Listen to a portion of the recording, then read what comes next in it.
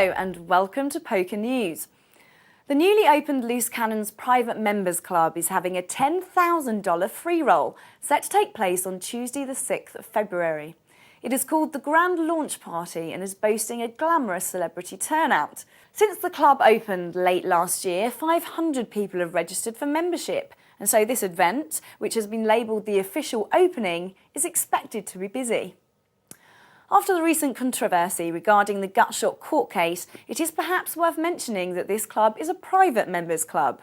For a clear idea of the difference between the Gutshot card room and the Loose Cannons members club, Poker News caught up with Chairman Roy Houghton to find out more. I actually saw this place 14 months ago. It's taken me 14 months to get in this situation here. Well, 15 months now, almost, to get into this situation. I had extensive conversations with the Gaming Commission, who I know very well through my casino years. I went into it in great detail, took legal advice from the top solicitors in the country on the Gaming Act, okay?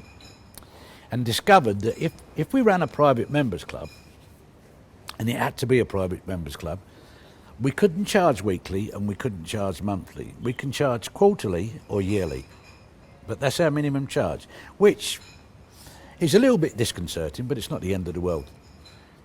If we run it as a private members club and charge nil, absolutely nothing for the cash games, and we don't charge any registration fee or we don't take any rake from the tournaments, in other words, we give 100% back of whatever the entry fees and rebuys are, 100% goes back to the players.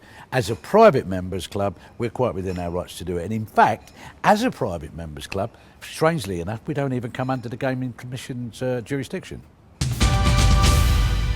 Here at Poker News, we want to support our British players and European players, so we are giving you plenty of warning about the biggest and most prestigious poker event of the year.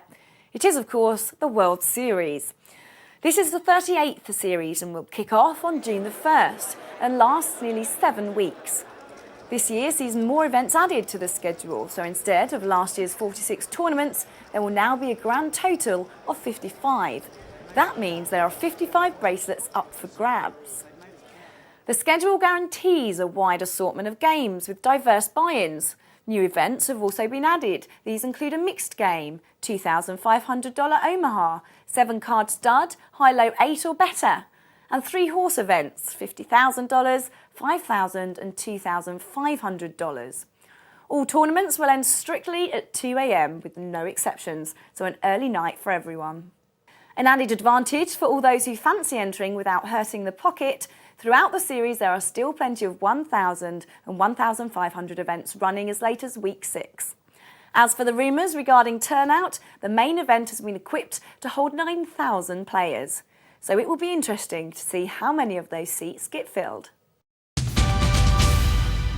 Fancy mixing a little bit of romance with your favourite pastime?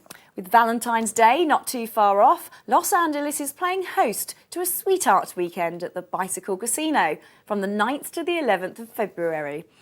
Make it a delightful weekend with your sweetheart or sweetest friend for Valentine's Day. Beginning on the Friday at 7 p.m, there is a $50 no-limit hold'em shootout.